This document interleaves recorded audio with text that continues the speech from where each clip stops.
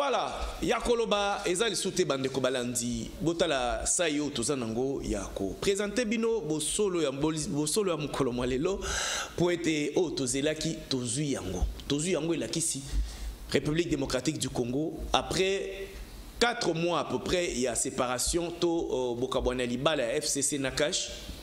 Après 2 mois il y a tractation na ba négociation pour remettre en place gouvernement, il y a Liboso, il y a Union sacrée de la nation. Enfin, équipe Oyokosunga Mboka Sama Lukonde. Pour réaliser projet de société, il y a Tata Mukonja Ekolo et Ebani Utam Koloma Lobby. 56 ministres. Ceux qui premier ministre et Sali 57 chef du gouvernement. Nakati Nabango, Tozali na 15 bamama 15, soit sur le plan de pourcentage 27%, Touti na 12% vers 27%. Donc Tozali ko évoluer. Nakati wana Tozali na 4 vice-premiers ministres, Tozali na 9 ministres d'État, Tozali na 31 ministres et puis 11 vice-ministres. Au total, 57 ministres, membres du gouvernement. Bango wana bandiko balandi. Nini esengeli salema en priorité. Sama Lukonde ne équipe na Eba Warriors. Bakubayeli bitumba. Basimbela wapi poto mona makambo ekini na lombango. Mituneze ebele biyano na matongi pour Congo itongama na kati ya solo ya mukolo malelo.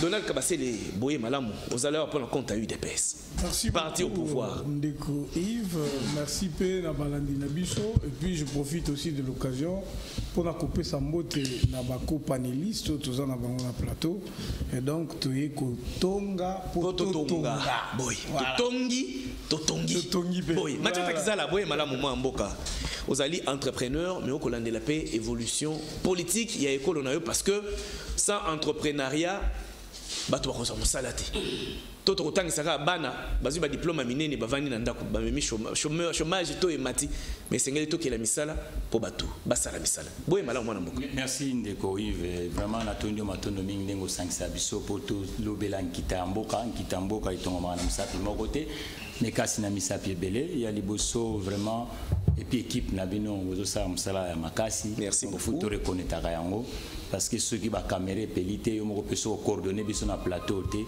moyen vraiment bazana ndaku bayoka ezate. Donc les lots to analyser du fond en comble gouvernement il y a Union sacrée, deuxième coalition il y a président Sekedi ya moto Vandeli awa et puis comme d'habitude ba secret ko bimanga na piste awa mutamta ya yebeli ngana osala na ndenga banganga maele économie entrepreneur et puis to. Merci Papi Mbungu lelo boye malamu ozali prendre compte ya PPRD o etikali fidèle na Joseph Kabila pour PPRD côté Union sacrée paysali.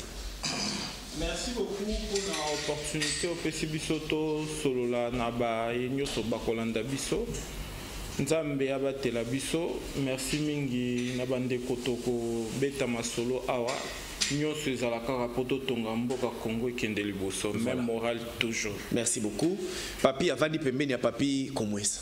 Papi Mbungu, Papi Komwesa. Boye malamu mwana mboka. Analyste politique indépendant. Ndeko Yves na tondio malamu na senyo merci na ndeko invité na plateau na. La pesi ba ko débattre na nyonso awa na pesi ba mbote bato wana banda ko azolanda biso équipe technique nyonso awa. Bala ngali mona bosa inte la pesi toujours mbote base les bases. Ça c'est bien. Ngai wa bino mona na bino donc la pesi bino mbote pe na tombeli bino journée là to bolandi bolamu pe le bolandi bolamu. Voilà bomba maloba mwa mboka to banda nayo to sali série ya émission bisika wapi ozalaki tellement soucieux ya komona que uta coalition ekufi uta ba nommé premier ministre et que le Congo ezalaki otambola ba premier ministre mibale oyakala ilunga na oyasika sama oyazako sala musala en attendant équipe nebima mais finalement équipe gouvernementale et Ebani. Il y a Koloba dans l'ensemble. Par rapport, il y a présentation, il y a équipe Samalukonde. 1. Tu as évité ce qui est Samalukonde. 2. Ekoya avec le temps. Ekoye Banakaka. Malobanayo, moi, Namboka. Pesa, Oyayo Makanis. Merci Ndeko Yves. Na sepe na mutuna na yo. Après, batan et belé, to sali na yo na bémission pe belé na plateau Oyo. To releva ima wa point belé, gouvernement ou belaki makasi. ngala yebisaki bandeko bazala na kimia gouvernement mokonzi ya mboka ayebi ke azolamba po ntango biloko ebela apesa bala na ye biloko ya mobesu te mpo esala bango libu mpasi yango suka nango ekipe oyo ebimi tomoni batete ya sika tomoni bilenge bakoti na kati ya gouvernement oyo tomoni basi bamama bakoti na kati ya gouvernement oyo pourcentage ya bamama emati en tout cas toza na esengo en tout cas mpona ngai na souhaité bango bonne chance mingi na batâche bapesi bango vraiment bonne chance particulièrement à mon frère et ami Patrick Mouyaya na sepeli makasi na sepeli vraiment makasi nzambe vraiment batela ye apesa na premier ministre équipe mobimba makasi pe mayele ya kokende liboso. D'accord, tokozonga tozo pe papi mbungulelo même moral opesa non makanisino d'entrée de jeu présentation à équipe otongi yango ndenge nini d'abord avant toi kota na kati ya masolo pe ndenge ezalaka. Merci beaucoup. Commentaire ya makasi ezali te soki mwana botami portaka jugement epai na été soki mwana botami bakotinda ye nano akola mpo batala baacte oyo akopose yango nde epesaka valeur epai ya moto nakomonaka bato yango baza bacongolais soki bakoki kosala mieux mpo Congo ekende liboso tant mieux mais soki bakosala mieux te ke bato baprédécé oyo baleka bango donc tokozonga kaka na kati ya oyo fe papa Kindula azalaka koloba la médiocrité qui s'invite à la table.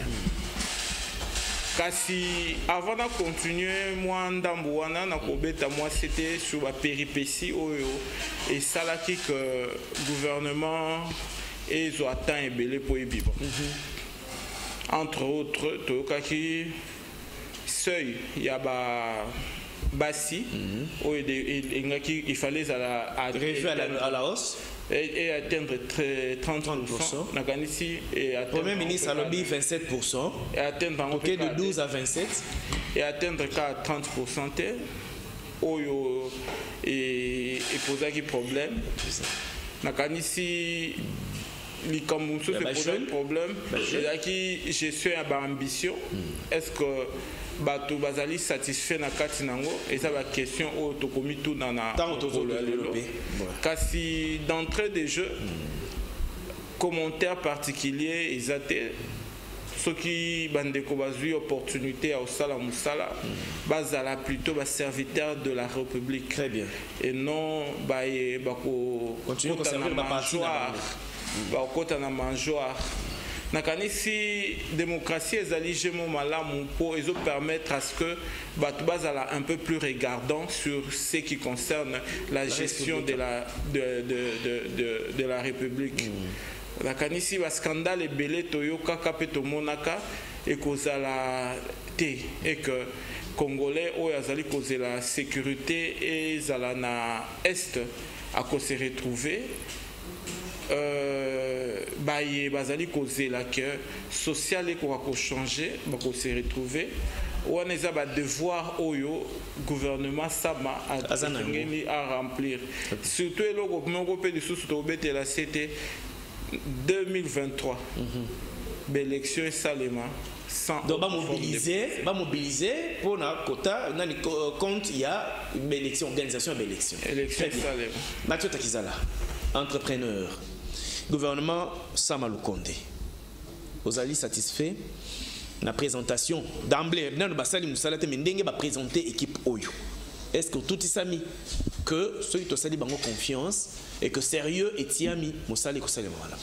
Bon, il y a liboso du point de vue comptable et économique en tant qu'économiste na moni ke kuna toro lo belangote politique a primé voilà parce que soko tali lelo ba caisse est vide. Normalement, pour nous, à l'ère actuelle, le Congo a vidé du point de vue à trésor public, mbongo pende zate, à chômeur bazo mata, et comme d'habitude, montant sans cher, il y a pas politique, ils ont tellement l'écolo, monique, ngai partisan na tableau na le pour l'instant, le Congo ne mérite même pas 30 ministres parce qu'on n'a pas assez de moyens et que les autres secteurs, où est-ce qu'ils ont peut-être le quota français côté, le secteur monsieur c'est en déficit. parce que le gouvernement est allé un nombre à battuter, mais un nombre à dispositif que tous les services et là on a côté il y a économie et mais bazar quand même il y a okitate papa tant nous critiquer de 66 à 50 ans constater analyser parce que tout l'objectivité tout à fait mais en tant qu'économiste et gestionnaire il y a économiste voilà on a le but que économiquement parlant ça signifie que côté économique on négligé politique ascendance comme toujours ça fait innovation côté qu'on est salamité parce qu'il y a un mouton avec l'audacité à regard économique et comptable on dit que tout respecter à monter parce que politique a gagné kaka politique a gagné parce que chaque politicien à l'India s'est retrouvé mais il y a une baisse quand même il y a 9 ministères et disparaître alors il y a aussi l'innovation ça signifie que tout ce que l'homme parlait dans la République démocratique du Congo à l'heure actuelle tout le monde dit que changement salam bisikoyo réforme salam qui était de ce côté intellectuellement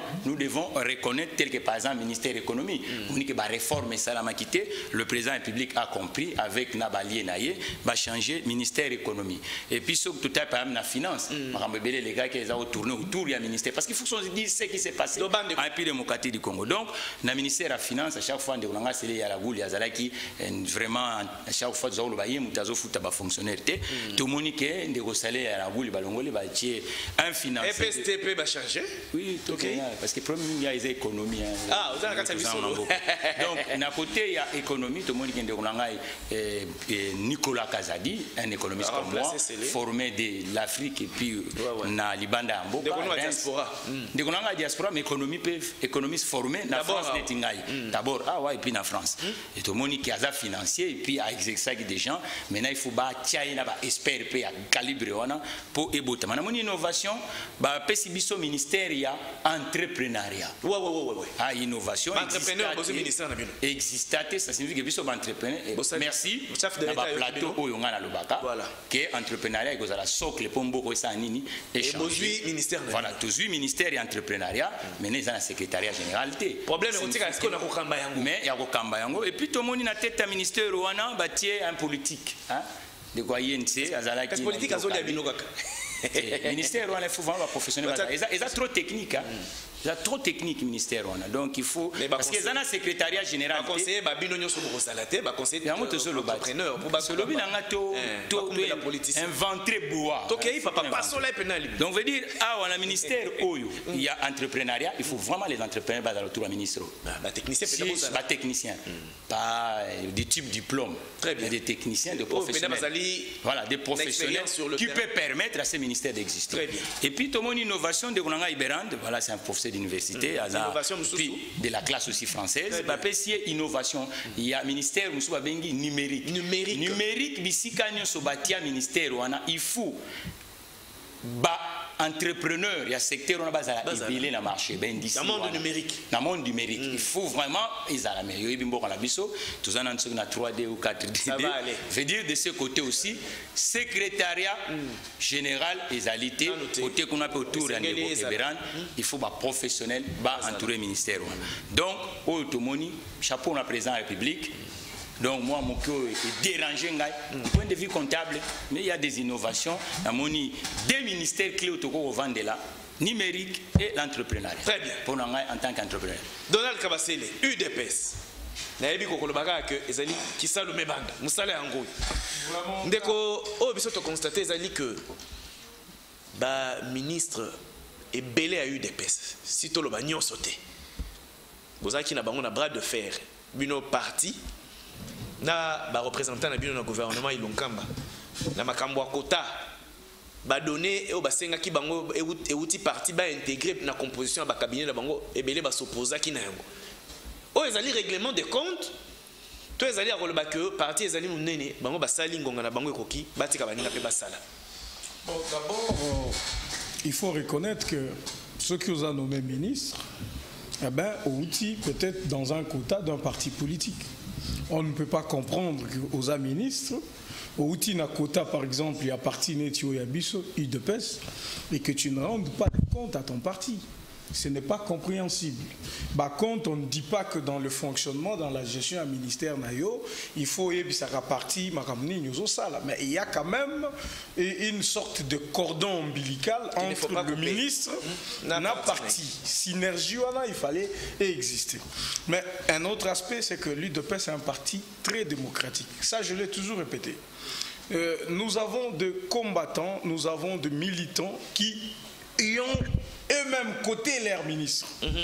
En regardant comment les choses se sont passées avec le constat tel que fait par le président de la République, eh ben, on a compris que le gouvernement qui était là, le gouvernement de coalition FCC Cash, c'est un gouvernement sur toute la ligne qui avait presque échoué.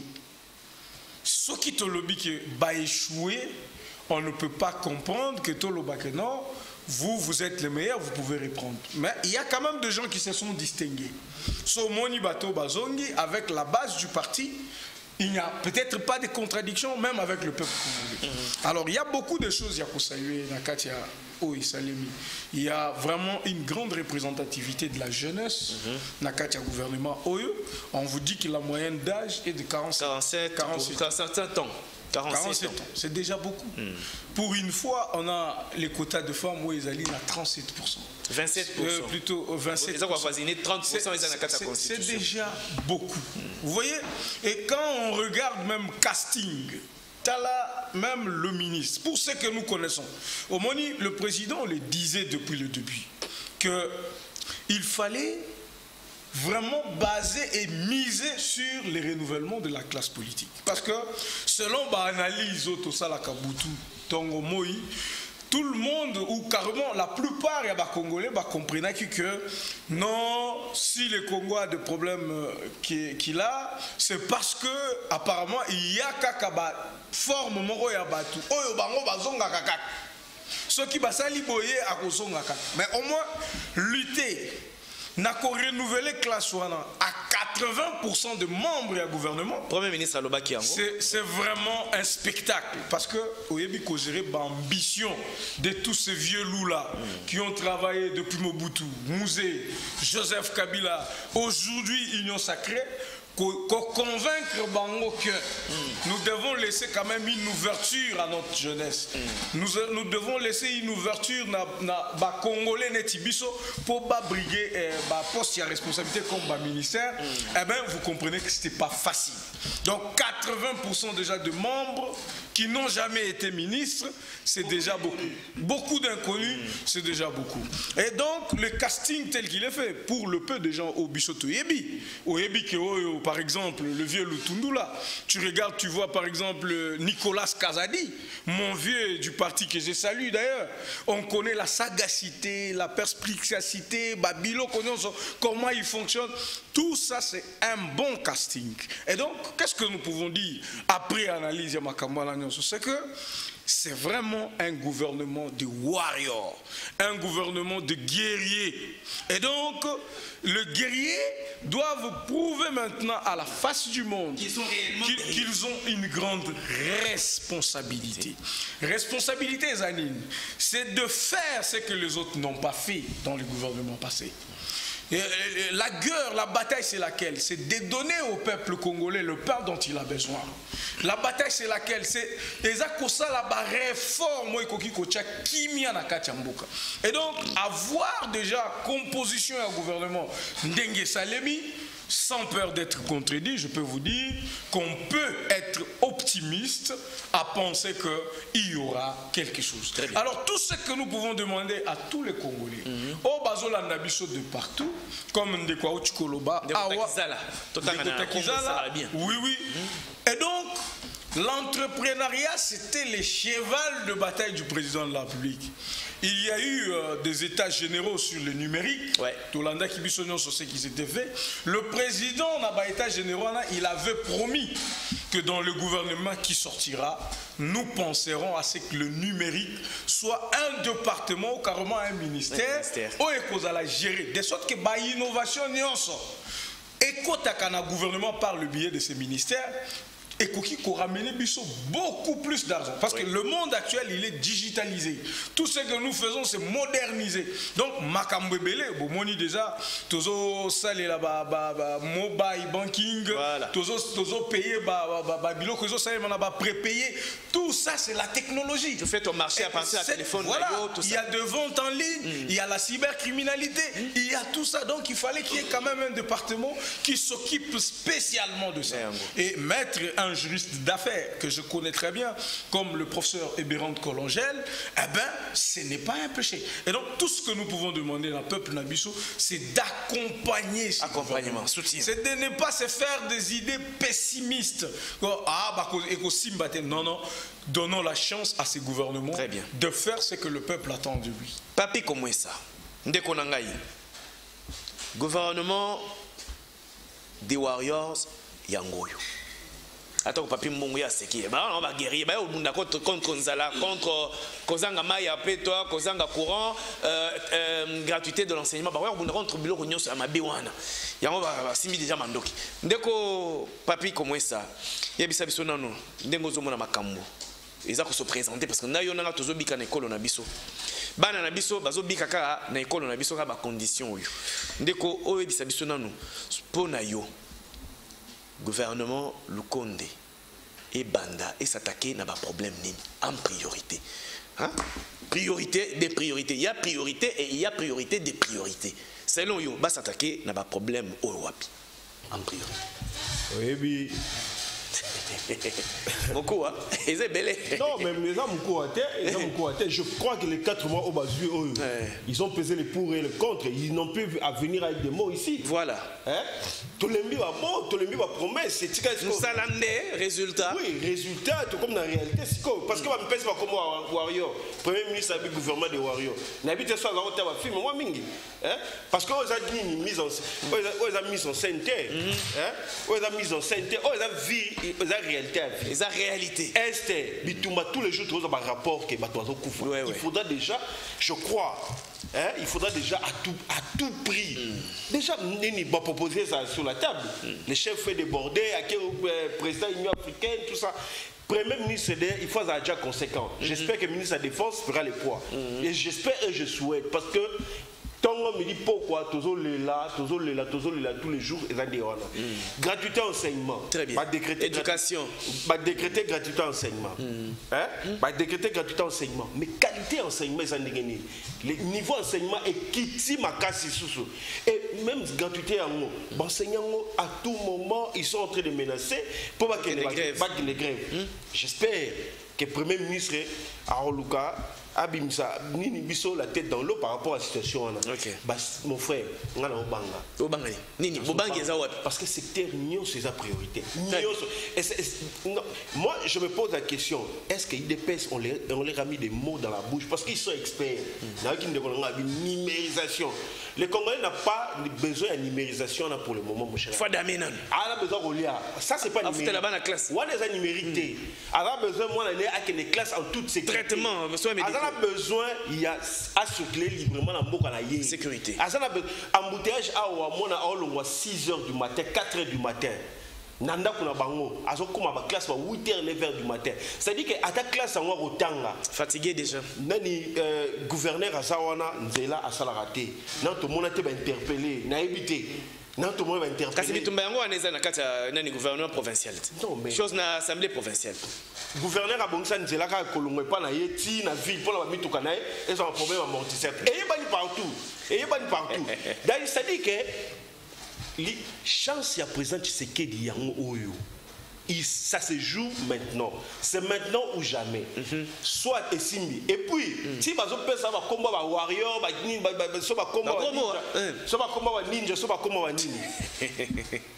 j'aimerais dire au Premier ministre, il n'y a pas de mauvaises troupes, il n'y a que de mauvais chefs. Voilà. Ata apesi yango kombo ya ba lemba. Soki aza bon coach, soki aza bon manager. Simba. Simba. Mais ce qui est ça, il y a un comboka awa qui est non mutué kozwa tiki ni biso yo hôtel à car to ba no ka to critiquer. Ah ouais, c'est comme ça ça. To critiquer social la population est à un niveau moko trop bas. Ce qui mboula est bêti. Kinshasa est invivable. Kinshasa okotambola te. O mituna okena na planète mususu. Non, mboka toza nango eza kaka oyo. Moi je crois que Mokonzi Mboka azal un peu plus regardant. Félix Tshisekedi est un animal politique. Ça il faut le reconnaître. Moi j'analyse le fait dans un monde point fort, point faible. Félix Tshisekedi c'est un animal politique. Je crois que Bablorogno c'est Tozoloba. Et ça, pour nous aider à me voir un peu plus, éclairer moi Liboso. Asben la premier ministre de Matoui va travailler. Tobo il va Girofard retourne pour lui partout. La troisième bande de Caressel va pour encore ça mito passe mais en réalité il aura moins ça. Merci beaucoup. Papi Mbongoleno. Merci beaucoup. Priorité des priorités, to priorité pour Nayo comme étant congolais. Pas comme membre et à PPRD, il y a Joseph Kabila. Non, comme Congolais. Voilà. Priorité pour Nayo, le gouvernement Lukonde et s'attaquer à un problème.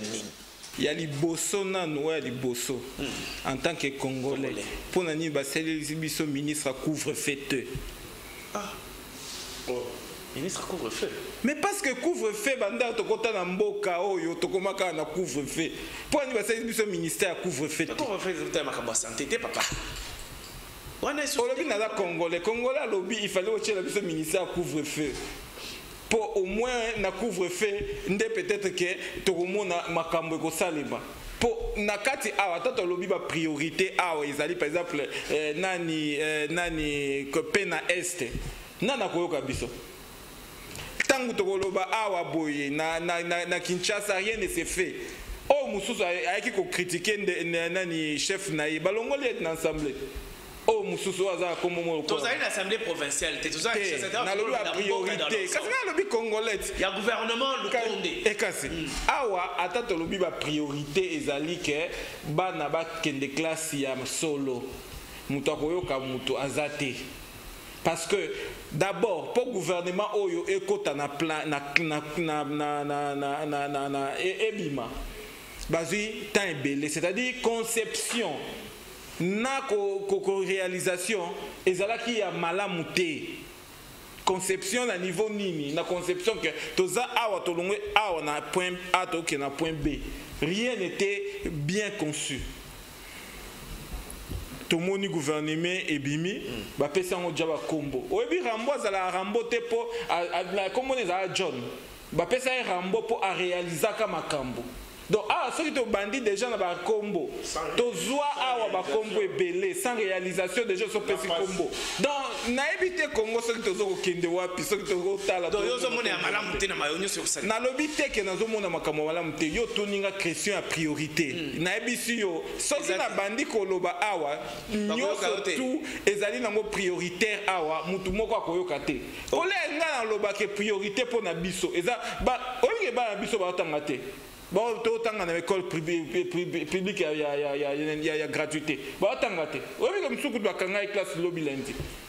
Donc, mais où est la priorité? C'est quoi? Si vous avez habité lobby, il y a économie en boca. Dans la situation il y a non paiement. Donc l'État congolais a un les loyaux. Non paiement. Au moins il faut place na coma. To comme il faut place priorité na mboka na biso ezali mutu. L'homme au centre de tout. Donc Moutou et Sika Yazali. Pas le gouvernement.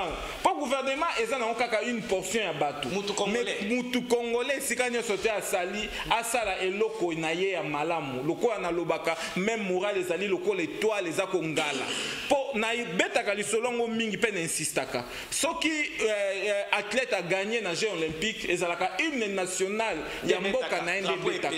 Donc Congolais, surtout Sika Azali, à se sentir d'abord concerné par l'action na ye oyo moko sangisa yango na groupe ekosala eloko manda mpona mboka. Donc action gouvernementale prioritaire awa nyonso eza prioritaire mais oyo congolais faut asala total na ba cabinet ya bato to komona déjà que azwin de kona uti kimbanse que luswanga tozo ko tala to composition ba cabinet et to si ça na c'est la priorité parce que na lobi na vu mutu leo bandina na mutu ozwi expertise te ozwi ndeko danga azam membre IDPS au moment na cabinet ba chabo ba ko chaite pour sengi bomba composition ba kende parce que d'abord pour na lobeli na mutu na lobeli na mutu priorité ezali na mutu ko cha mutu na ba condition oya malamu et puis mutu ye moko sala pour que azala meilleur nesika yazali. Merci. Par rapport au gouvernement oyo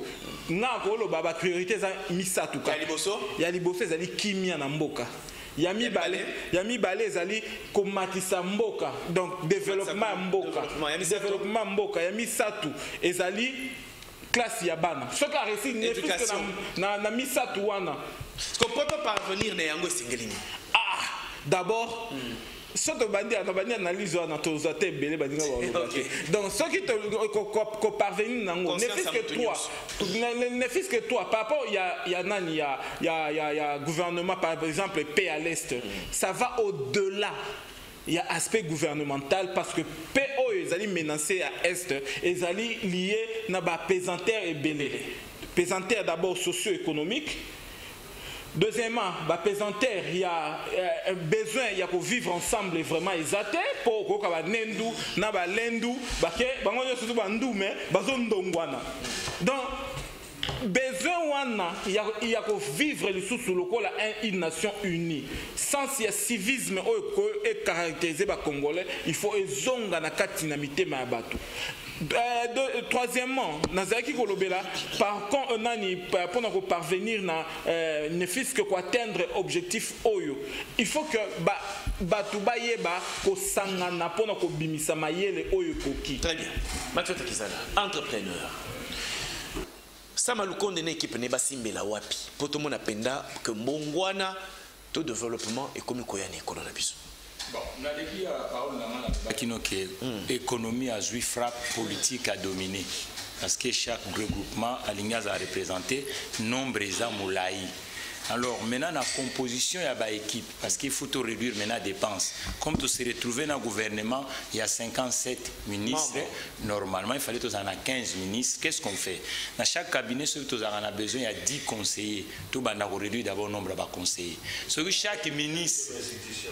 Oui, mais non, mais toujours le gouvernement. On a pas aussi la réforme de l'Assemblée nationale, y compris dans le gouvernement. Parce que qu'ils ont des poser dans le gouvernement. Alors, tu réduis le nombre d'abord de conseillers. Tu réduis sur chaque ministre, il y a 10 voitures dans le ciment. Tu l'ongola 7. Parce que les 3. Oh, il y a Yemoko, na moi, ta soda, la sécurité, na bureau, et diminuer. Et puis maintenant, composition, il y a bateau pour accompagner ministre. Composition, il y a cabinet. Et il y a la cacate, bandeko, une obédience politique. Parce que le gouvernement est national. Ils ont gouvernement à république parce qu'ils ont un ministère mususuawa muto botier animateur netio ne mi balé na tangiwana existate signifie qu'il faut créer socle nango mais socle nango comme entrepreneuriat problème d'abord l'entrepreneuriat problème nango ezani biso ba entrepreneur congolais financement et pas na biso ezalakati. Deuxième chose toi na marché té to bagami une classe moyenne awa mais classe il y a makasi l'industriel ou les classes de capitalisme congolais qui ezalakati. Famille mouké banda bazaka na bomengo ezalaka te soko landi bomengo yaka papa zaka politicien atika moi bimeuble tout ça mais ba banda na ba ferme ba bena belete banda ba portugais ba kenda ça signifie que lelo na ministère net oyo oyo ya biso na ba entrepreneur ça signifie que biso parce que biso ndé toujours yeba comment entrepreneur faut fonctionner. Même to ko zo bande ko na biso oyo ya bureau ya ba politique il faut na ministère oyo l'entrepreneur peut se retrouver pour espère pour permettre que les gens sens sinon que les gens ont sens te les gens ont ka kokoli kukule lombe bala kisika na ordre organique bien vous avez kokoli kuku oui ba chaka ministère mo kukule lombe ba chaka ministère moko ya ministre délégué na bande ko ya biso ya libanda voilà ministre congolais de sinon te vous na on tirer parce que eloko bien ezali président c'est que ya bandaka comme entrepreneur mais aganza ko yoka ngane miso lelo ministre ya bino ministère oyo ezala ministère délégué au teto sala bazune de konanga ilunga na bipe bien Congolais de l'étranger ba memi awa mais bango moko ba Congolais de l'étranger baza représenté te bizarrement ministère on a évité ce que même réforme ni et apportani donc ministère oyo de fait c'est que faut vendre la na composition ya banil parce que ba Congolais ba olelebele ministère ya o ba bengi numérique parce que numérique n'a pas insisté et il y a lipo mutu azwa fibre optique nanda kunaye po mutu azwa abonnement fois un salaire mais kozana ba salaire sans entreprise ils en a sens té faut ba entreprise il y a domaine wana bazala pour ba pesa ministre on a socle mais ba incubateur le pas biso na ba start-up ezate ko isiga net Silicon Valley congolais ça. Mais pour créer Silicon Valley, il faut un entrepreneur bazar. Mon domaine nazao numérique pièce à côté, makasi. Mais ceux qui nga pour comprendre on a zolo bâti, il y a nouvelle technologie. Attends tu es ministre. Exactement passé. Ministère y a portefeuille. Bras y a mboka. La société on en a marre à chaque fois que le éléphant blanc, ba canard boité. Canard boiteux. Voilà, tu kuna ba tiende ko mususu. Ndeko Adel Kaïd AFDC. Ah, voilà, ndeko wana. Maman Adel Kaïd. Maman wana za na légitimité na parlement yebi ba négociation ba makamuno. Mais négociation na biso ba patron na yebité soka bandango déjà équipe ne pe kuna, il faut vraiment ba réforme na ministère wana parce que production et économie en mboka ezaba ministère wana. Ngana lobaka toujours ko tolongola ngo ministère tout ça la caisse de dépôt et de conciliation pour te ba société on a et produire et ça la ba éléphant blanc autowana on entra mais attends na trois batoté batu kuna pe bazana on a barrière oh tout ça c'est l'arbitrage ça la makana ndenge politique côté kuna totele melango ministère économie ministère économie place eza kuna composition équipe wana ezala kaka te kopoza muta IDPS bato ya IDP toza minutu ya INC bato ya IDP ata besoin expertise eza ministère national to recruter équipe to tia ba bonne personne kuna autour ya ministre pe o ba bengi ya finance publique ministère de finance ah parce que ba dépassement budgétaire to yo ka kansu so awate eza maboko UDPS o yango te lobby eza ministère ya mboka futo sala ka mo un peu différence entre fonction publique o lobelité nazo lobelango fonction publique ndekolanga Jean-Pierre Liao voilà ya zebi arbitrage bele peka ya parlement kuna mais ya parlement mais ya ministère eza comme so wana eza administration wana eza administration ça signifie espère faut bazaler à la tête lokola ngana utina parti boye na ke ko composer na bapir mo confia horloge politique kendeke mbangu il faut ba réforme ce qui ba réforme ezate na gouvernement na façon ya ko salela na ko réduire train de vie ya fonctionnement parce que tout ça la tout que tout ça la comme si tous en a 15 ministres na ndenga 50 Donald Kabasele likambo etali composition ya ba cabinet ministériel ya kolobeza moi mingi oki bandeko ya balobi omona ministre Boitango azozo likasa pour composer cabinet na ye ezali na baspe ya parti politique o etindie comme on est na liste ça entre dedans la composition ya cabinet mais ministre pe obenda o ya yendeko mais omona ta tangate omona favoriser ka poison de konaï beau frère azanga raté belle sœur azanga raté mais tozui ba connaissance na expertise o iko ça la force ya ministre toté pembeni toké beaucoup plus na babilo moko fitule yo moni makambo ndenge ni makanisi no na composition ya ba cabinet ministériel. Exact question moko ya mutu ya makasi mais avant d'en arriver là on a revenir un peu sur Nayoki Ndekonanga papi comment ça j'ai aimé sa manière de parler mais là où je ne suis pas d'accord avec lui là où naza d'accord na été c'est quand il dit que ba congolais bakolia numérique là où je suis pas d'accord avec lui, c'est là où il dit il ne pèse pas pour créer un terme à créer voilà. Je t'informe que mon frère, ce n'est pas l'UDPS qui a créé le numérique. S'il vous plaît. Tolérance, papy, on peut réagir. On peut rebondir, voilà. Le numérique, c'est une actualité. À moins que au vivre na planète Moussous. Mais ce que vous appelez dans le monde actuel, tu ne peux pas qu'on pensait que numérique est collier ça batouté. Et ça n'a pas on a un monde mikolo collègue numérique. Je comprends la manière dont tu as abordé la question. Quand tu dis Congolais à collègue numérique, oui, là tu as parlé comme tout le monde. Voyez-vous? Là tu as parlé comme tout le monde. Mais ce que continue à comprendre que numérique est collier sa biseau. Parce que notre marché est vierge, très vierge.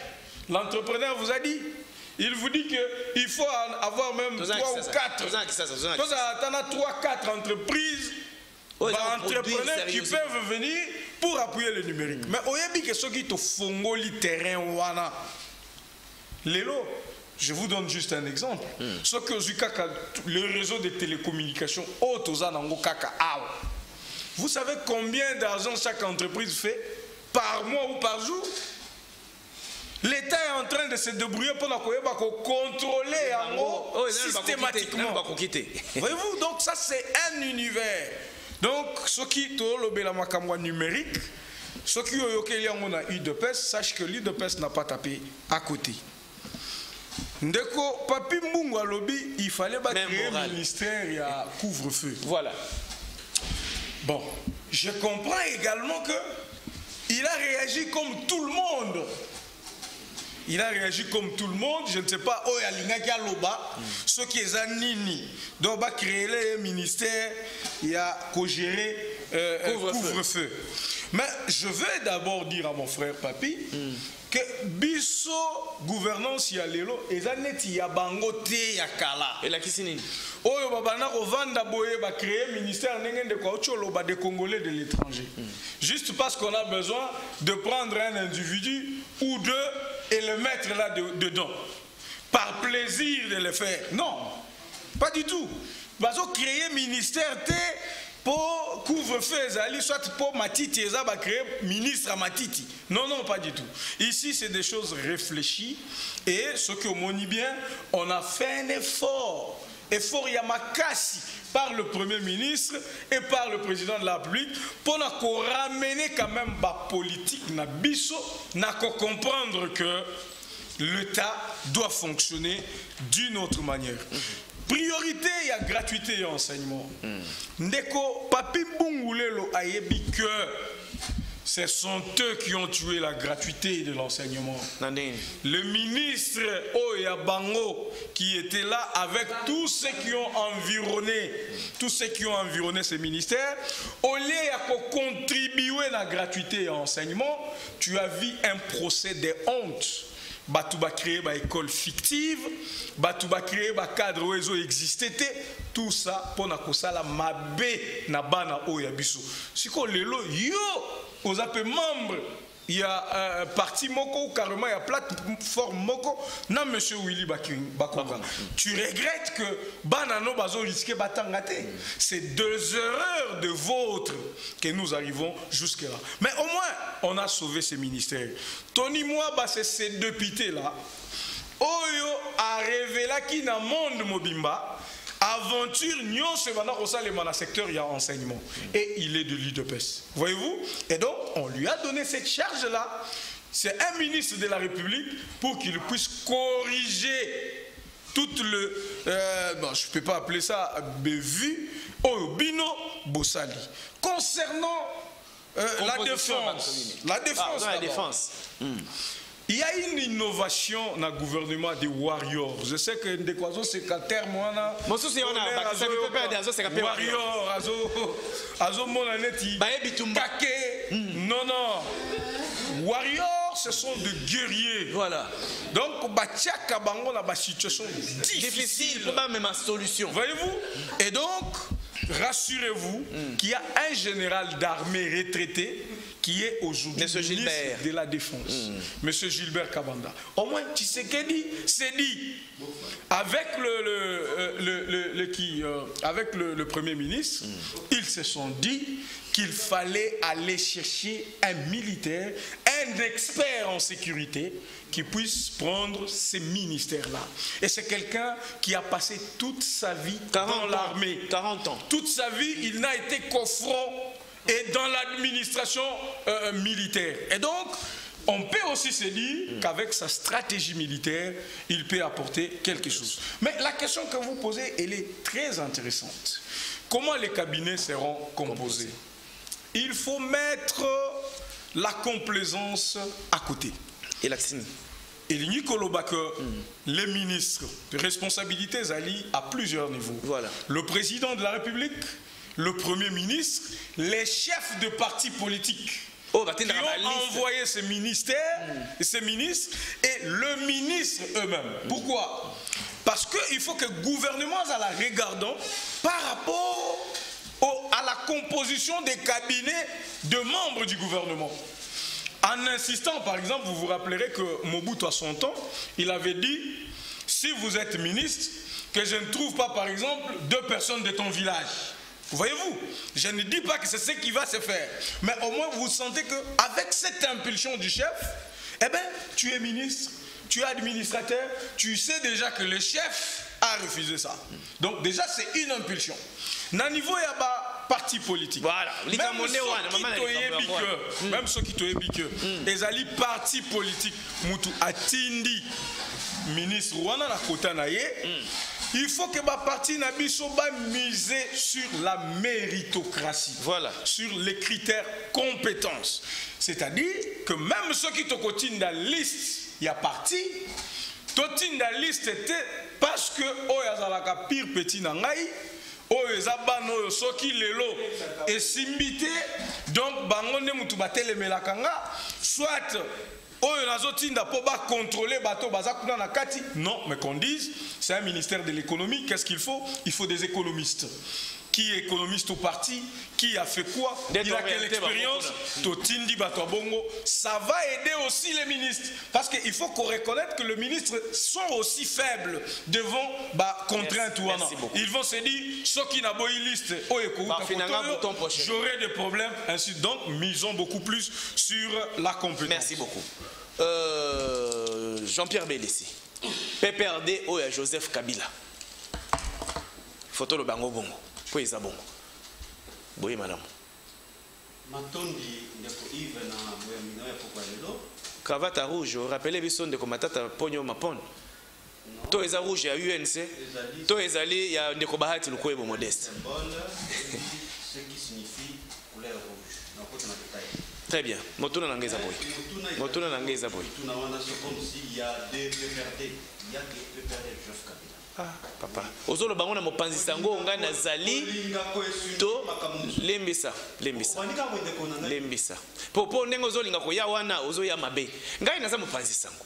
So ngana lobi likamuna yobi pourquoi na lobi yango pe yo yebi pourquoi na lobi yango. Yango na lobi si OK. Bon, na présenter ce qu'on peut perdre wana. C'est là yo na présenter peut perdre wana. Na yebi si OK. Kasi na lobi ya Joseph Kabila. Kasi ya Joseph Kabila. Est-ce na lobi mabe? Yo reste comme tuna na ngai. Na sepeli ko yamba yo. Yo reste comme tuna na ngai. Yo reste comme tuna. Yo reste comme tuna na ngai. Jean-Pierre Belessi. Oza ko représenter PPRD ou ya Joseph Kabila. Ouais, non, c'est pelé. Ils ont bon. Non. Oh. Mais quelle est votre position? Il n'y a pas de pépé.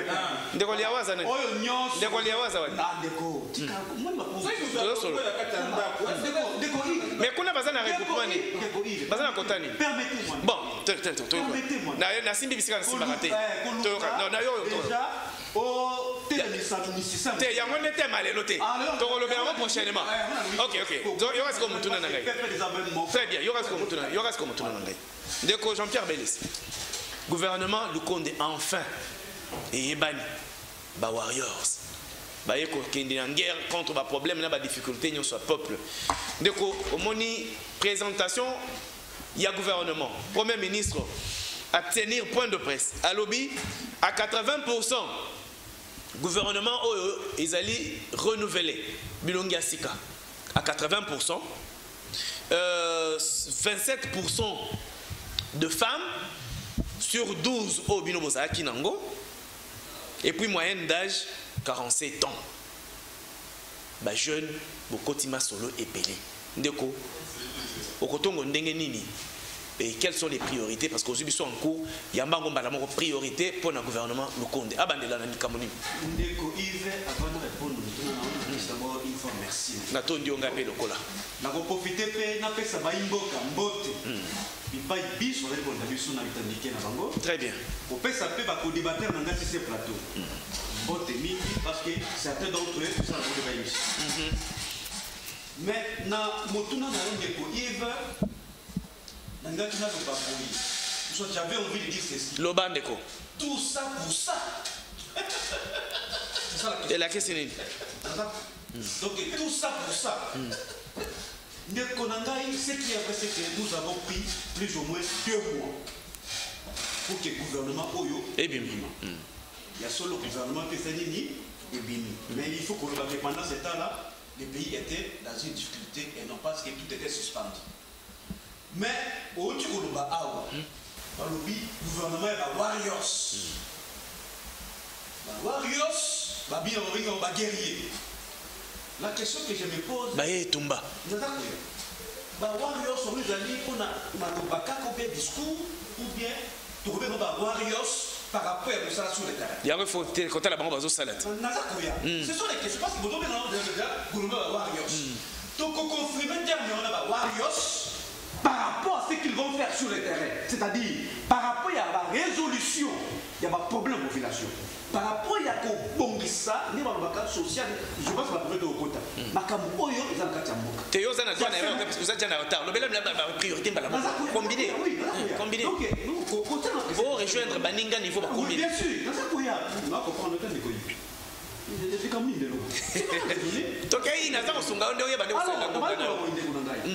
Et ba warriors wana c'est par rapport il y a misala ba kusana pour na mboka.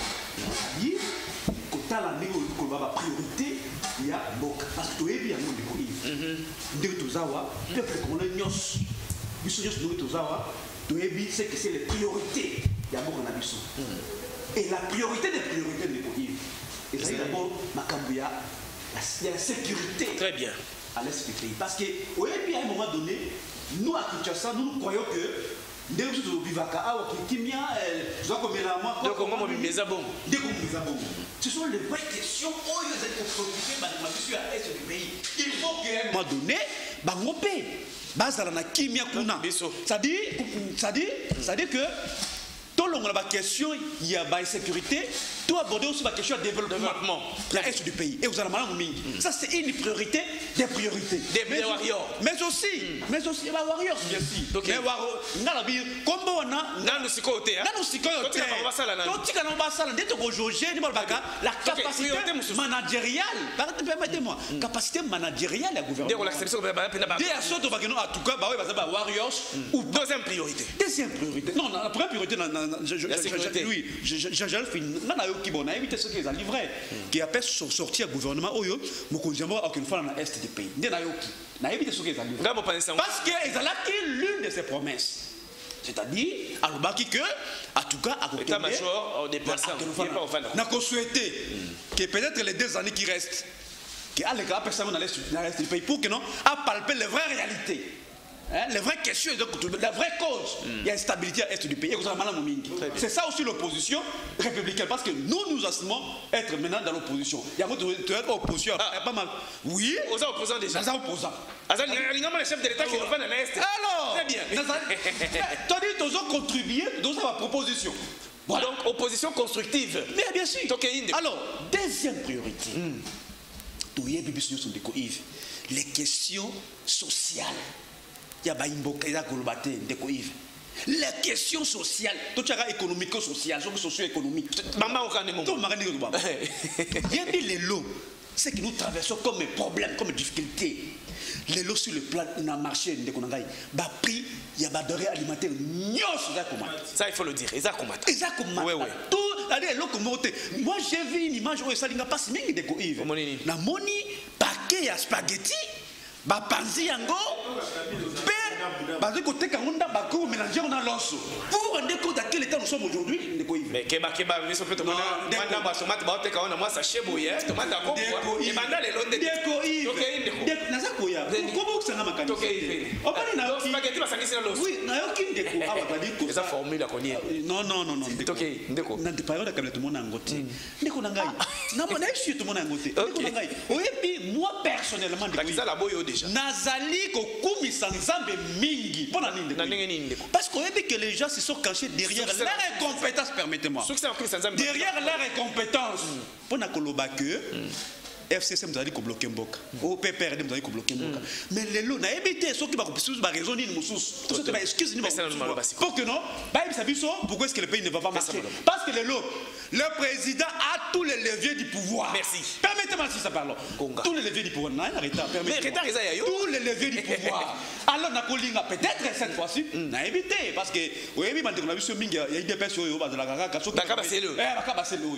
Soki bakaba tabuli malamu abi fati beto. Beto. Les oreilles simili. Merci beaucoup. C'est ça la grande crainte. C'est ça la grande crainte dans tout ce qui se passe. Merci beaucoup. Donc il y a banga que cette fois-ci encore baluka ba responsabilité échec na bango. Yo ko lukando tena no basali musala te tika non malo. C'est pas possible. Papi comme ça. Moto na ngwana. Nangi d'abord on a répondu ndeko na nga. Réagis papa, pas Kabasele. Frère nanga Kabasele. Nazaki na lobaki terme ya warrior. Na lobi bo mboué ba maman batute. Donc avec moi mokeri na sens wana. Ba maman o bana besoin ya moi lipa. Bato bana besoin kimia na goma na beni. Ba terme ba warrior est numérique parce que de formation naza A0, naza ingénieur full. Donc na yebi numérique. Donc on a écouté échappatoire. Est-ce que tu fais de la cuivre, tu fais de la cobalté, et ça on dit ça va maman na to kabla piodité, to kabla spaghetti, na ngina lo baboy. Numérique c'est bien bon.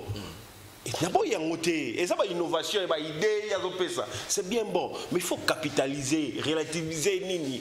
Pour la numérique comme mais la vision nini. Et comme na le but que ça, na le but que ça besoin de côté na bibo maman oh ya za na butembo. Est-ce qu'à fond de la pauvreté, est-ce qu'à fond de ba téléphone to za na ngoyo, est-ce que uti kuna te magnini po ba sala ngoyo uti kuna te. Est-ce que tu sais que le président Mboko était il y a encore ni ko s'accrocher non numérique na yebi yango. Il faut même pas que ko ça ba mona ba nini ba numérique. Na ngina ba que social net total social ya ba maman. Très bien.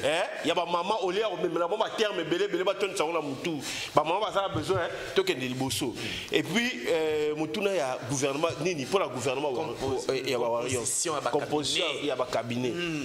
Bon, na yebi que monde politique influence les kaka. Makasi. Hein? Influence les kaka. Ba ministre. Na bolé que la ba entrepreneur mingi bino politicien. Oui, monde politique influence les kaka. Malheureusement, politique partout primaire na kaka.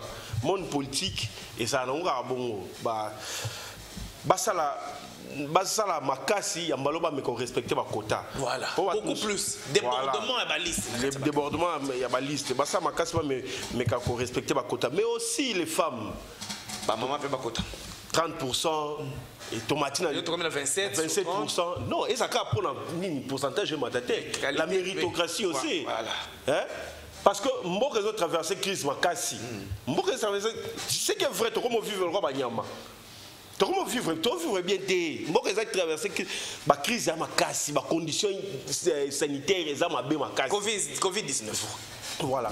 Nangina lo boye, nadia suka, nangina ba boye. Ba maman oui, ba pesa bango non tenir ta vacciner 30% comme la constitution le dit oui, mais tout ça aussi axé sur la méritocratie. Nombre mais qualité. Qualité paye. Pour tout le monde le 8 mars ce qui s'est passé. Tout le monde comment les femmes se sont comportées. Donc je me dis que oh ba tchel bon biso na nini na gouvernement oh pas prouver biso le contraire. Tout comme ça va on 30%. Papi Mbungu lelo.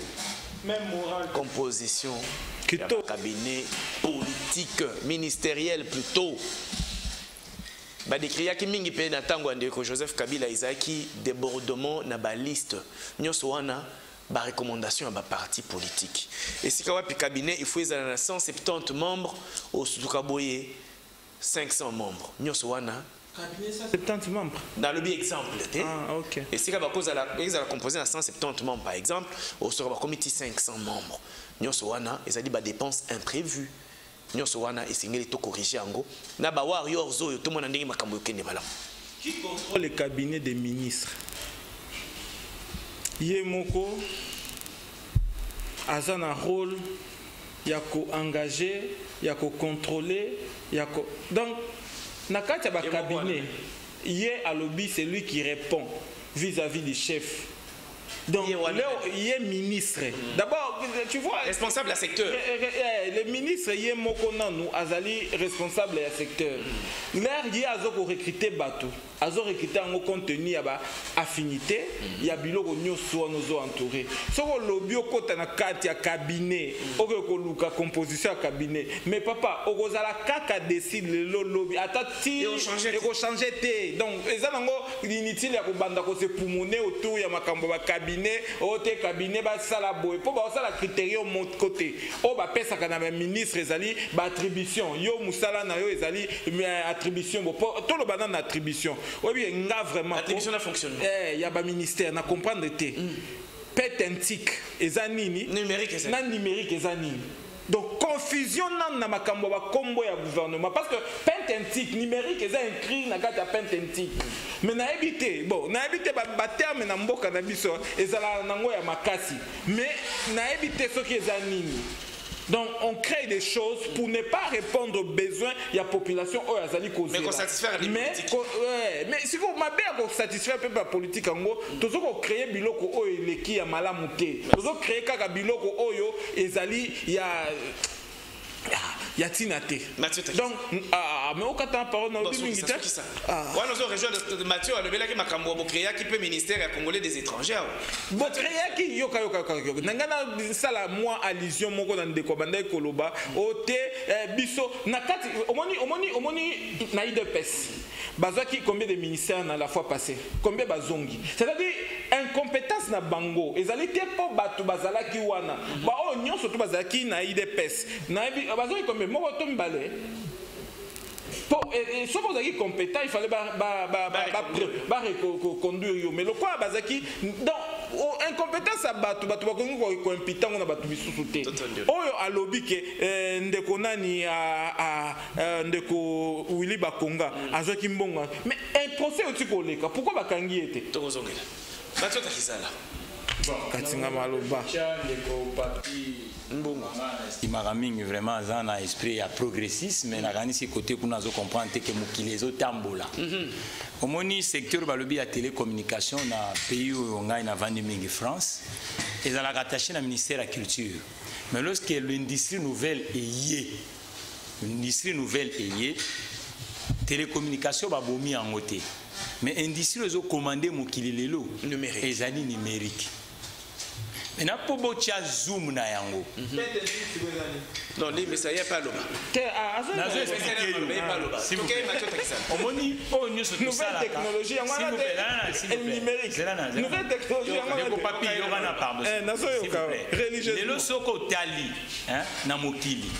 industrie nouvelle et ont touché na nouvelle technologie. C'est que problème na biso lelo ba acteur né ya secteur on a photo créer bango. Mais on crée un monde politique na ngwezati. Il faut politique na yango. Il faut politique dans le pays où on a outil des gens basés qui un système économique qui est avancé, système financier avancé, épargne avancé. Et ça là que par exemple mutuko bimatériel, ça signifie qu'un entrepreneur qui mise dans le secteur il y a technologie et nouvelles technologies, azarane loko ko kanisa comme le pamuté. Zuckerberg gana loko kanisa le pamuté. Aka na mon ordinateur na ye, mais les ordinateurs valent plus que j'ai camine. Mais l'investisseur autour le lot est amboli mokili mubimba le lot aux États-Unis l'entreprise aux sali sa batuming na mokili et za nouvelle technologie. Mais ba milliards ba lever des fonds, il y a entrepreneurs, il y a secteur on bazo sala et l'équipe j'ai camine et l'équipe miba et l'équipe tout. Donc il y a moi ce que mais oui, comprendre au moins cause politique. On comprend. Donc c'est comme les lots. Ce OK par exemple en France, hein? En France des lots. Ezali tant président Sarkozy aïe. Mais oui mais ministère nouvelle technologie chef aux a ouvert. Ezali entrepreneur mondialiste. Mais oui, parce que Nabandi Moussala est entreprise na Congo T. Pour être entrepreneur na uti na mikili ya libanda développé. Ya mona zone l'action que l'entrepreneuriat ezali d'une façon générale. C'est-à-dire qu'un entrepreneur azala na Congo, il faut viser commercialiser na ba mikili mususu. Congo ako vivre yé mon côté. Congo faut vivre na ba mikili mususu. Ndenge yo za politique wana. Approche politique non, il faut tenir compte na politique mondiale. Yo ko tenir compte na moi Antarctica ya Congo té. Ya mona zo biso ke lelo innovation ya mondiale lelo yo ko otika ngo pandité. Wana ko za la pena critérium té poteto juger yango. C'est pour ça na lobi ke bi pa yeuti lelo monde ici ekei. Voilà. Merci beaucoup. Quant à rationalité ya gouvernement. Tozela na si ça té. Non, moi ya soukaton tozo faut bana. Jean-Pierre Bélissi. Composition à cabinet. Ba critiquer bino mingi ba débordement ba liste tout ça. Cette fois-ci c'est les mandingue nini. Pour tenir compte de la situation de crise dans un Yves Apesio une fois encore merci. Dengo lobi mingi c'est pela na mutuna na yo. Webi question oyo ezali question moko ya mutu ya.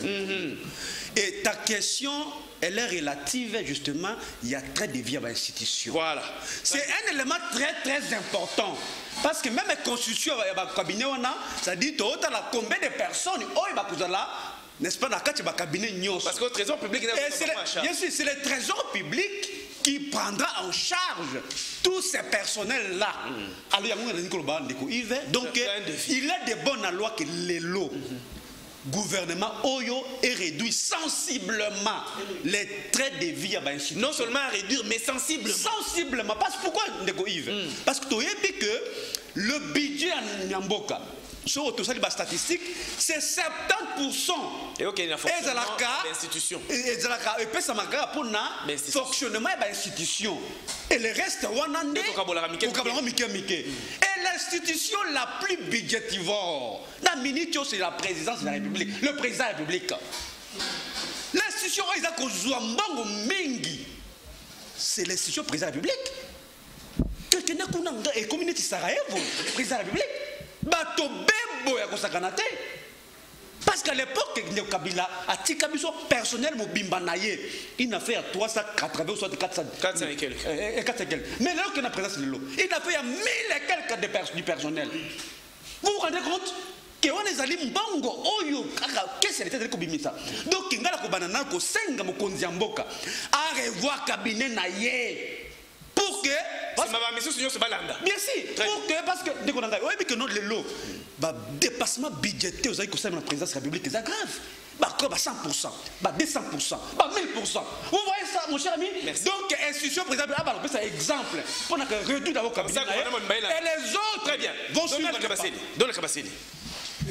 Réduction, il y a train de vie. Babi, président de la République.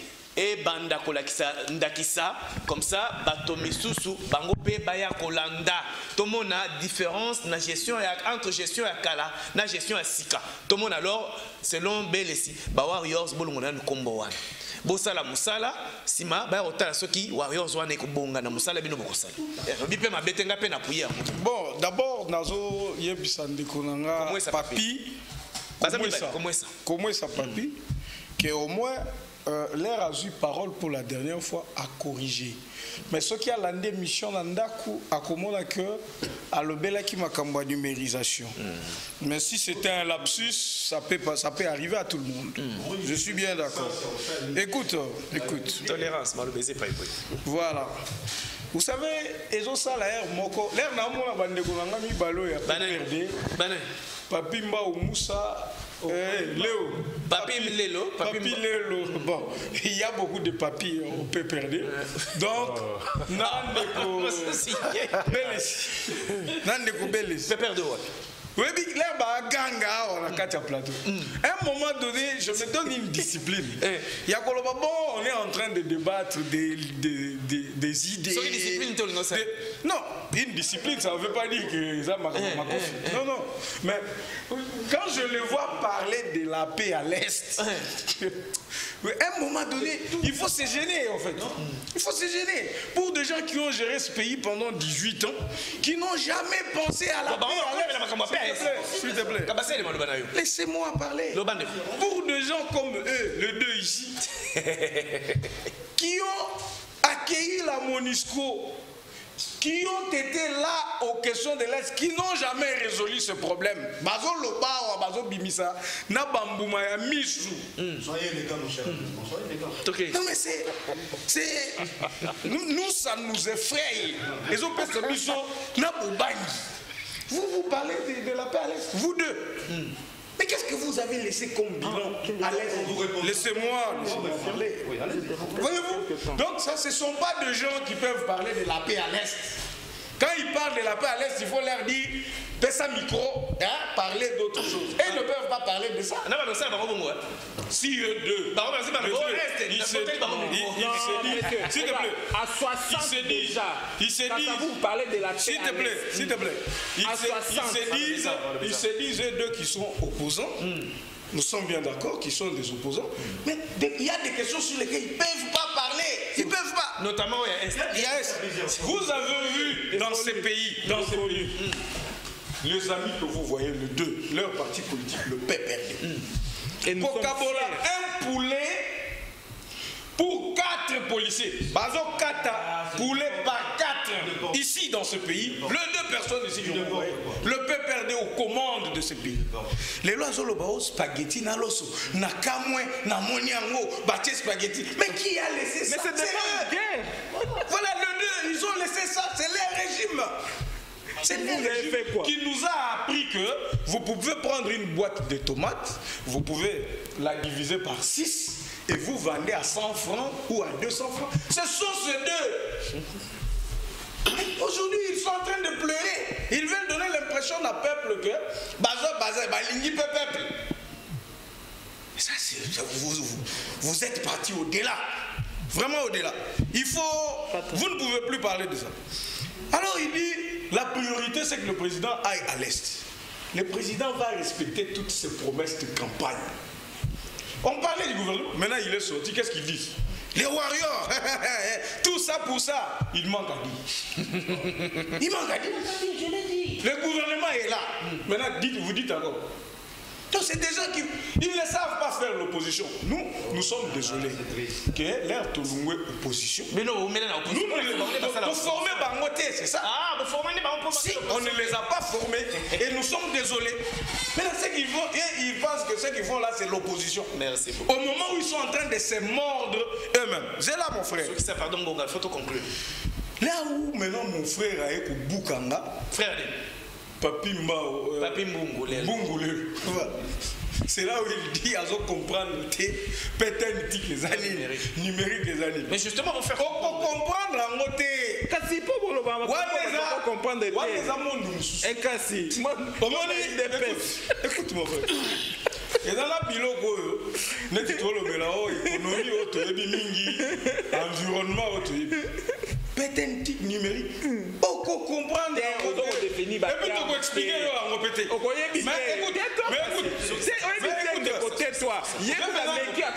J'aime maintenant quelque chose à me dire.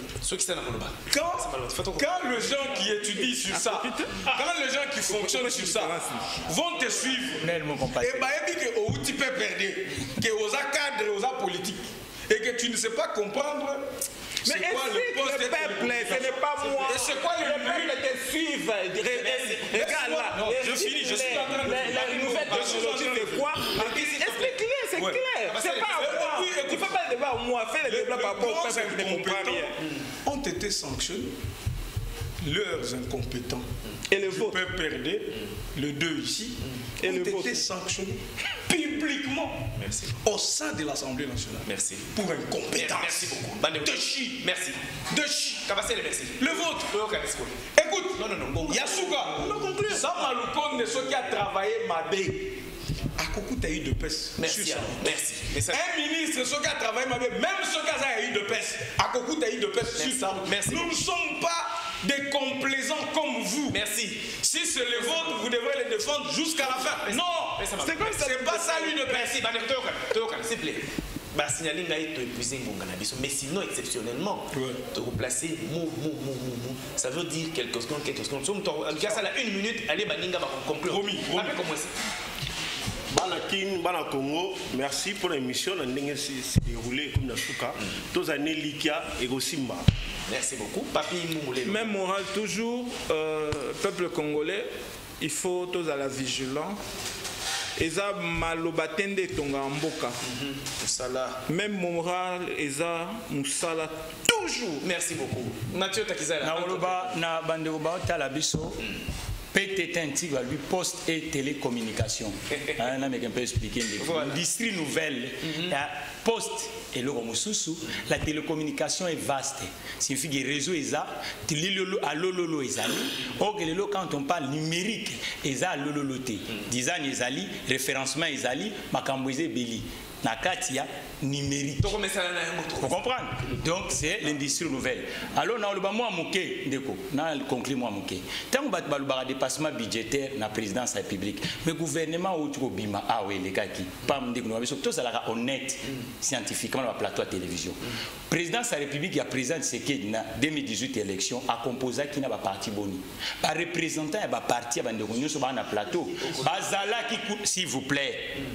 Ba conseiller il y a président de la République. Merci Mathieu. Oh bazala qui n'a de fait c'est que bande quoi yente bazala qui bande quoi PPRD bazala qui arrêtez de coalition bazala qui bongo coalition ya ndenge bazala qui bazala qui coalition ya ndenge gouvernement ici na miti na même ndeko mais seconde de ça la République c'est un mot débrouiller non Donald Kabasele Donald c'est bruit on dit discours dans le c'est un petit discours parce que surtout quand on a la statistique dans la question de l'est du pays à quoi Kabila lorsqu'il a trouvé il a laissé le pays il a trouvé dans Atika il a fait il y a 46 groupes armés mais les lots il y a la recrudescence de Boulangay il y a groupes armés aujourd'hui on a 167 groupes armés est-ce qu'on a avancé soit on a reculé il doit répondre ça alors on va dire que vous avez le pouvoir mon cher ami la gestion Kabila a dépassé Kabila a trouvé les problèmes merci Donald c'est pas plein merci merci travailler pour les questions très bien Donald Kabassi conclusion merci beaucoup Donald Kabassi conclusion j'ai besoin Yakoé puis ça peuple le cœur il n'y a pas un parti politique qui a tué ce pays qui l'a mis dans le gouffre, dans les boulous, tout ça, pour les cas partis à Bandekomi, vous l'avez dit dans le plateau. Bandekomi, Balé a peu perdu Oyo. L'air parti a mis ce pays dans un trou noir. La comédie, la corruption, les détournements, tout ça, ça caractérisait les domaines publics et l'État. Bandekomi, Balé, l'air, histoire. Et Bandeko. Je me rends compte que Bazana information T. Il y a eu 170 groupes rebelles laissés par Kabila. 46 messieurs. La Monisquad a publié là-dessus. Arrêtez de mentir. La Monisquad c'est 46. 46. Ne mentez pas. Ne mentez pas. Soyons polis. Soyons polis. Merci Jean-Pierre Bélessi.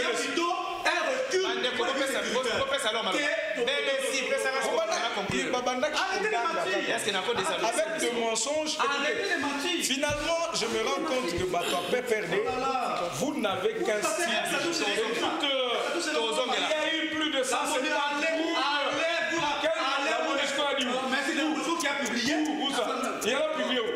voilà le mensonge d'État. Ça, c'est un mensonge d'État. Aussi un grand plateau de télévision, mon cher ami. Merci beaucoup. Lorsque vous venez sur ces plateaux, il faut avoir des informations. C'est-à-dire Kabila laissait 46 groupes armés. Mais aujourd'hui, nous sommes à 167 groupes armés. Vous avez on a régressé, monsieur. C'est ça la vérité. C'est quelqu'un qui ne comprend pas. Il ne comprend rien. Arrêtez de mentir le peuple. Merci. Il ne comprend rien. Merci. Est-ce qu'il y en a encore des annoncés? Oui, vous pouvez désannoncer. Il ne comprend rien. Il comprendra. Il comprendra, oui. Merci beaucoup. Merci Bandeko. Pour l'école au Congo, Tokotongo, Tokobundate, Tosimana pena nzotote. Na boso le peut Tosimana nzotote. Na toni bino, souci bozana ngobo na mboke ke liboso, biso nyos tozana yango. Pam ko boye to sokisi. Papi comment ça merci. Papi Mbungulelo merci. Mathieu Takiza l'entrepreneur. Merci beaucoup au moins nzamba yo ki kolela bino mais makambo ça les mandi malamu na ministère. C'est ça la manandenge. Jean-Pierre Bélessi merci. Donald Kabassi le totondio. Pam ko boye to sokisi nzambe batele ko le Congo, pesa bonya pe maile bakambi.